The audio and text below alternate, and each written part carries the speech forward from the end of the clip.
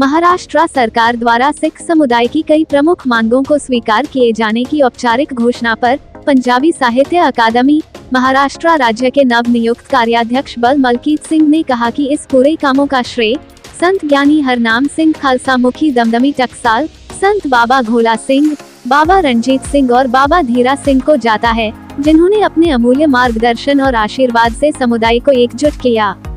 सिख प्रतिनिधित्व समिति और पंजाबी साहित्य अकादमी अन्य मांगों के समाधान पर भी ध्यान केंद्रित करेगी।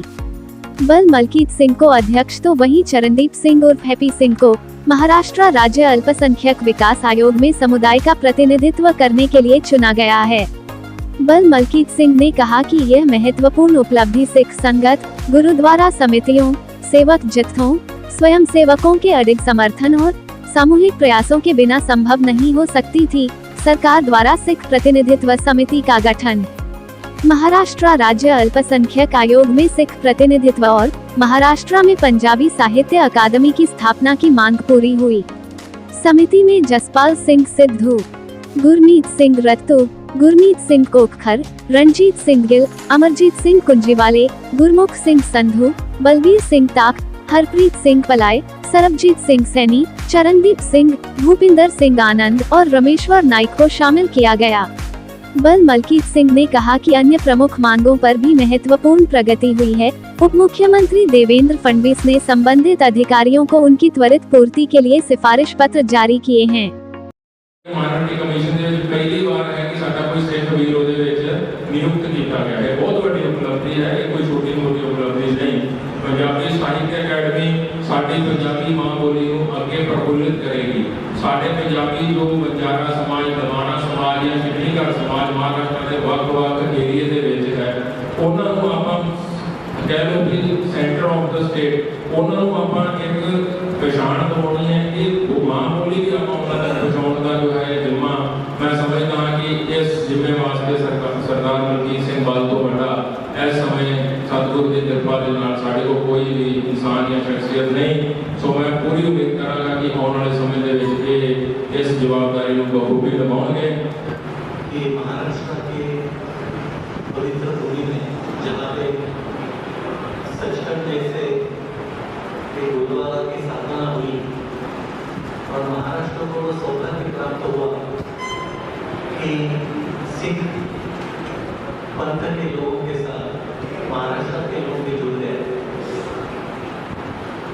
मुझे खुशी है कि मैं उसी मराठवाड़ा रीजन से बिलोंग करता हूँ। मेरे पिताजी वहाँ पे पले पढ़े और मुंबई में आए नौकरी के सिलसिले में, और ऐसे कई मौके मुझे मिले कि सिख समुदाय के लोगों से मेरी दोस्ती हुई, मेरा वास्ता पड़ा।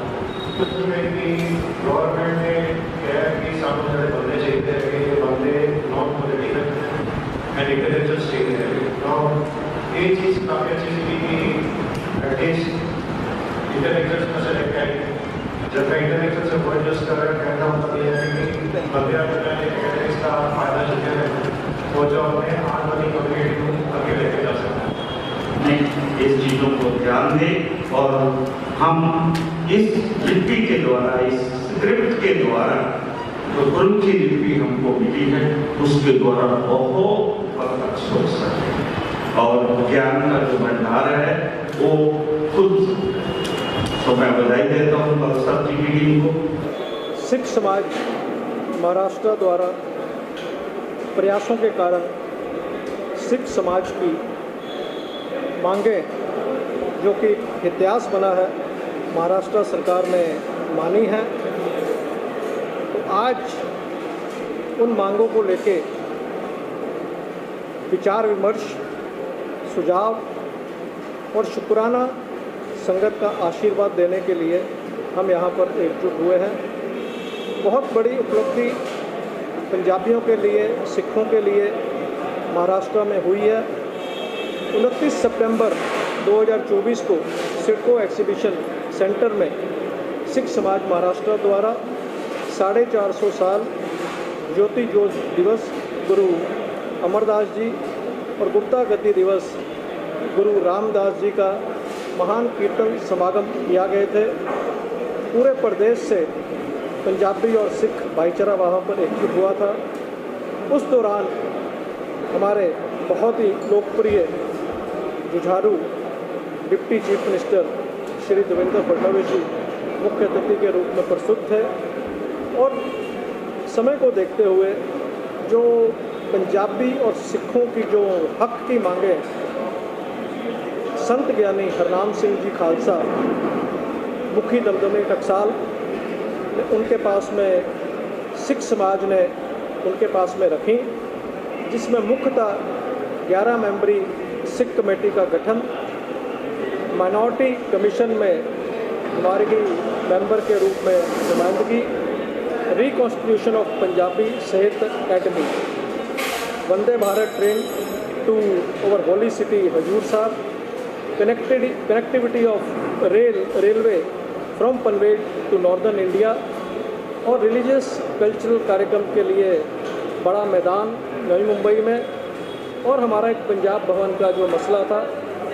आज हमें खुशी है बताते हुए कि 11 अक्टूबर 2024 को जो वो 11 अक्टूबर 2024 एक गोल्डन अक्षरों में, सुनहरे अक्षरों में हमारे समाज के लिए लिखा जाएगा, क्योंकि सरकार ने सभी मांगों को एक गैजेट के माध्यम से, एक गवर्नमेंट रेजोल्यूशन के माध्यम से मान लिया है, जिसमें कि reconstitution of Punjabi Sahitya academy का निर्माण कर दिया गया है, जिसको मेरे को बल मलकीत सिंह को उसका चेयरमैन चुना गया है। उसके साथ में 10 मेंबर कमेटी है जो कि साहित्य से जुड़े हैं, कला से जुड़े हैं, इंटेलेक्चुअल हैं, जिनका कि वास्ट अपना एक्सपीरियंस है, हिस्ट्री की नॉलेज रखते हैं। वो साहित्य के लिए, पंजाबी लिटरेचर के लिए, पंजाबी बोली के लिए, माँ बोली के लिए, सभ्याचार के लिए, हमारे कल्चरल कार्यक्रम के लिए और हमारे जो युवा क्षेत्र है उनको मार्गदर्शन देगी और एक रोड मैप बना के बहुत ही जल्द हम 5 साल का रोड मैप बना के सरकार को पेश करेंगे। और जो 11 मेंबरी सिख कमेटी बनी है तो पूरे महाराष्ट्र से जो हमारे सिख नुमाइंदगी करेगी और इसको एक नोटिफाइड किया गया है, स्कोप ऑफ कमेटी को डिफाइन किया गया है कि जो भी हमारे इश्यूज टाइमली होंगे तो सरकार के पास रखेंगे और माइनॉरिटी में जो हमारे सिख समाज को बेनिफिट मिलने चाहिए उसको और कैसे बढ़ना चाहिए, वो कैसे हमारी कम्युनिटी के साथ पास पहुंचने चाहिए और जो हमारे जयंती है गुरु नानक देव जी, गुरु गोविंद सिंह जी और हमारे गुरु हैं उनकी जयंती के बारे में एक विस्तार कार्यक्रम का एक रूपरेखा सरकार को देंगे।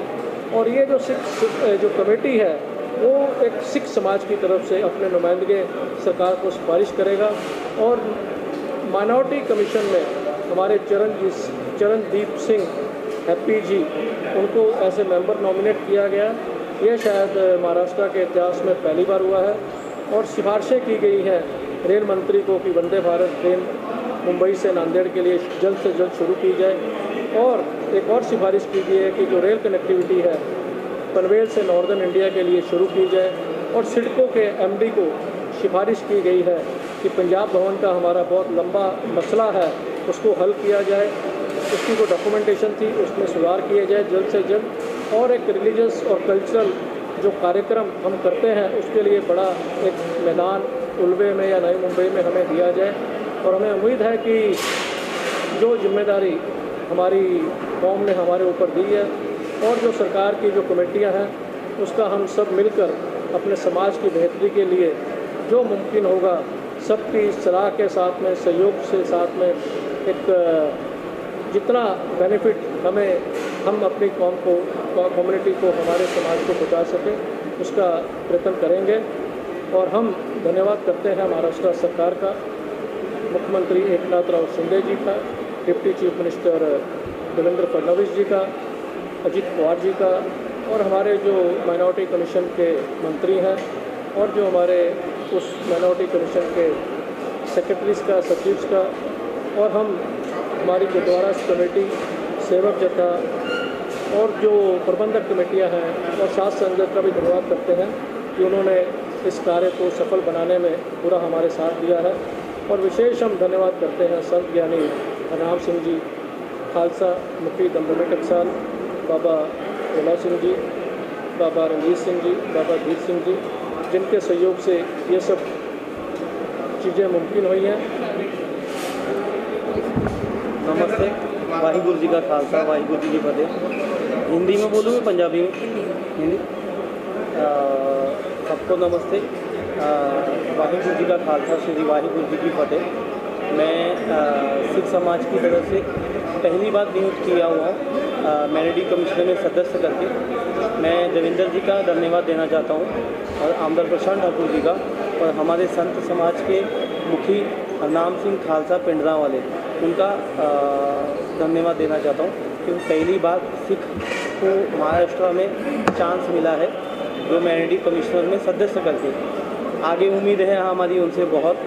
देवेंद्र जी ने जो 10-15 दिन में ही हमारे को सब कमेटियाँ हमारी डिक्लेयर कर दी, उसकी वजह से बहुत बहुत धन्यवाद। और सिख समाज का जितना काम बोझ हमारे पे बहुत बड़ा डाला गया है, ज़्यादा से ज़्यादा उसको हम लोग पूरा कर पाए।